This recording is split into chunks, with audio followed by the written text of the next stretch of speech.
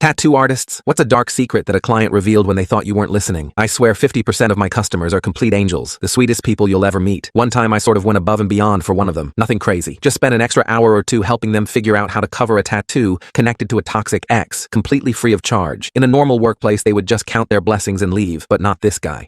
He showed up the next day with an entire crew of motorbikers and told me they were my new clientele. Another time, this chick came in asking for a tree on her arm. I was obviously happy to do it because it was simple and easy, but when she rolled up her sleeve, what I saw was effing disgusting. There was a huge bruise in the middle, one that couldn't have been a cause of anything other than the hands of another man. I didn't say anything, just tilted my head slightly upward to make eye contact with her. Her eyes were filled with shame, like she was pleading with me not to say anything. I just nodded and asked where she would like the tattoo. Usually while I draw me and the client talk about whatever, gossip, their kids, the news, literally anything. But this lady was responding to everything I said with just one word, so I gave up fast. After I was done, she thanked me profusely, in a way that was more than just for the tattoo. It was for my silence. I reassured her that it was no problem, and gave her a smile to say, "Come again when you're ready to sort this out." Because if there's one thing I learned from my younger sister and her abusive boyfriend, it was that people can only be helped when they want to be. And there's no point going to court if both the victim and the abuser denies it ever happened. It wasn't even 10 days later when she showed up again, asking for a semicolon tattoo on her left ankle. "Oh, what is it for?" I asked, playing dumb. "Just a reminder to keep going." Her voice was sheepish, like she didn't want to give away too much. I saw her face contort as she placed her foot on the mat, like even just moving was enough to cause her pain. It took everything in me to fight the instinct of shaking her shoulders and forcing the confession out. That day, she didn't even tip me, but took a business card and told me she'd be back. I never saw her again. Until 2 months later, that is. It was a Friday night, and she had a completely black eye. Looked like she hadn't slept in days. This time, she asked for just a straight line on her upper thigh. It was obvious that she only came as an excuse to be away from whatever was going on at home. "Hey, I had some spare food and water I never ate. You're the last customer of the day. Do you want some? Otherwise, I'm gonna have to throw it out." I could literally see her heart beating at 2 times the speed before agreeing. And as soon as I handed her the sandwich, she barely ripped the plastic off before shoveling it down her throat, as if she hadn't eaten in days. Her tattoo would only take 10 minutes, but I dragged it out to 2 hours. We were at the 1 hour 45 minutes mark when she finally broke the silence. Well, kinda. She pulled out her phone and pretended to text someone. I could see in the reflection of her glasses that she was just on her settings app. "Hey, my friend just told me she won't be home to let me in the front door tonight.